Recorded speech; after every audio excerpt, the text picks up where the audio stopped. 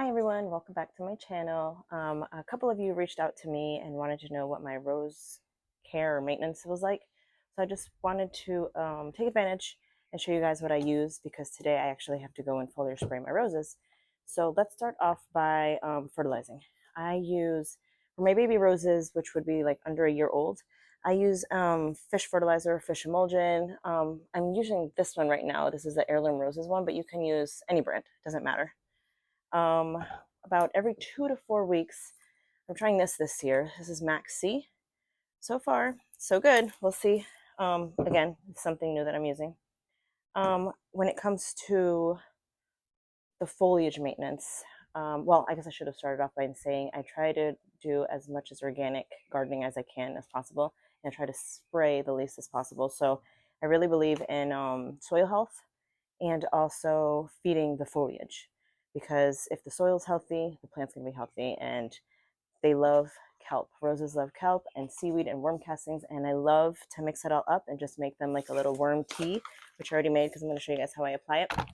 I use organic liquid kelp, and I mix it in with worm tea concentrate, or I'm going to try something new again because I like to try new things, is the worm castings, and make my own tea. So I take those two, whatever the measurements say on the bottle, I mix them up and I put them in my sprayer, and then we're going to go and spray them in a little bit. And this I use just for foliage health. And then to control black spot, this is the first time also I'm using this, is cornmeal.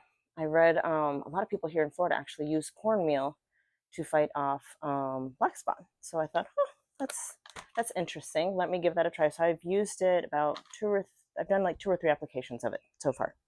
And then we're going to also incorporate Epsom salts. I use this about every 4 to 6 weeks. All right, let's get started. I'm going to show you guys how to apply the foliar spray. Okay, so right here we have, this is Bolero, and it is a beautiful white with pink center. Gorgeous. She's generally very, very healthy. So I'm going to go ahead and show you how I apply the foliar spray. So we have it mixed in. All I got to do is pump. And then you're always going to want to make sure you do top and bottom, okay? Very important. All over the plant. Okay? And again, make sure you do the bottom. Okay? The bottom is where a lot of disease starts. So make sure you get all around. And you're going to do this to every rose, or at least I do it to every rose. And that's it. Okay? Now, I also picked this rose because I wanted to show you. Here in Florida, well, I guess in a lot of the country, we deal with a lot of thrips. And I don't know if all of you know what a thrip is, but it's a very small microscopic bug that digs a hole in the bud, lays their eggs, and this brown streaking that you see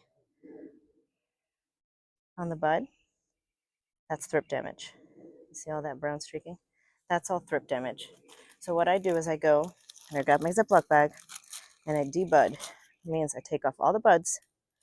Yes, I know those are future blooms, but believe me, your blooms will come out a lot prettier once you get rid of all the thrips, or as many as you can. I also go around and I defoliate anything that has any spots. See, black spot is starting over here.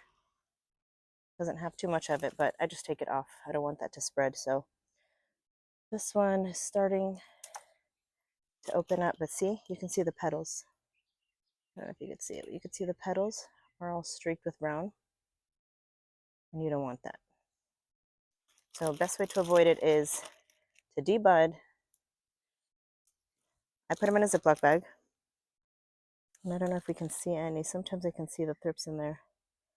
And then I just take this, I zip it up, and I throw it in the trash because I don't want to put this in any compost. I don't want to put this in my regular yard waste because they will spread, and that's what we want to avoid. I just saw another one.